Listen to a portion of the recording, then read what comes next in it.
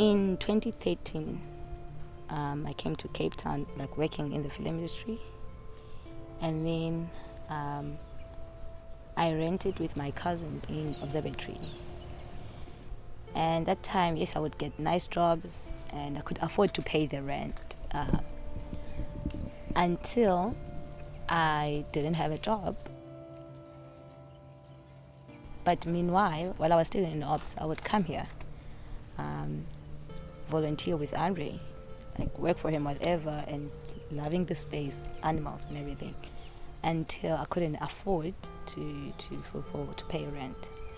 And I called him because I was desperate, and he was like, "No, yes, you're welcome to come on the farm engine until we find yourself again." And I came to the farm. I knew that, okay, I'm part of the ecosystem, but I didn't know how it works, the connections. It changed me, the way I think about life as a whole, because it talked about how I always felt that as human we should be treating one another, the ethics, caring for people, caring for earth. And I felt like these ethics resonate with me, because as much as I can look at myself and the spiritual side of things, even in those spaces in the religion, you find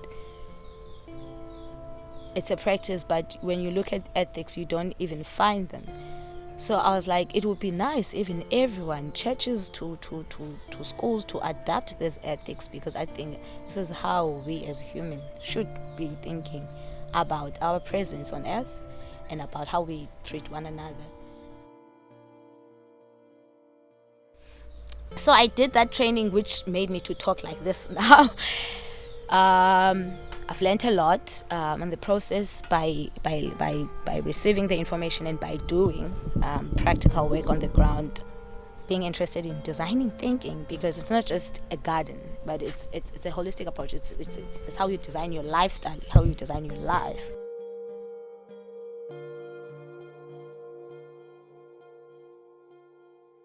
My first soil experience was creating that garden.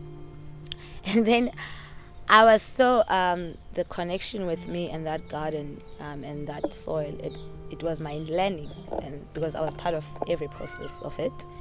And then in biodynamics, they talk about the spiritual connection. I reckon there is a connection. I've felt it before. I know how it feels. So I always felt connected to that specific garden, as much as things didn't turn the way I wanted, but I've accepted. But that didn't demoralize me, because I didn't stop what I'm doing.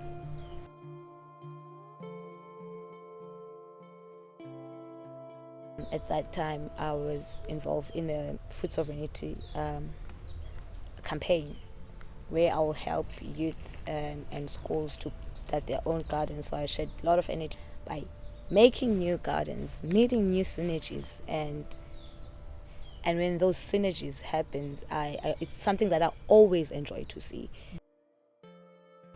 In 2018, my house burnt, and then I had to move here. But even in here, for me, it's a lifestyle. It's about how I want to zone out wherever I want to stay. For me, a land question is not just for housing, but it raises questions like, as a permaculturist, how I want to zone my livelihood from my household. The aim is for me not to work for anybody, but to create a self-dependency, a self-sustainable life within my livelihood space.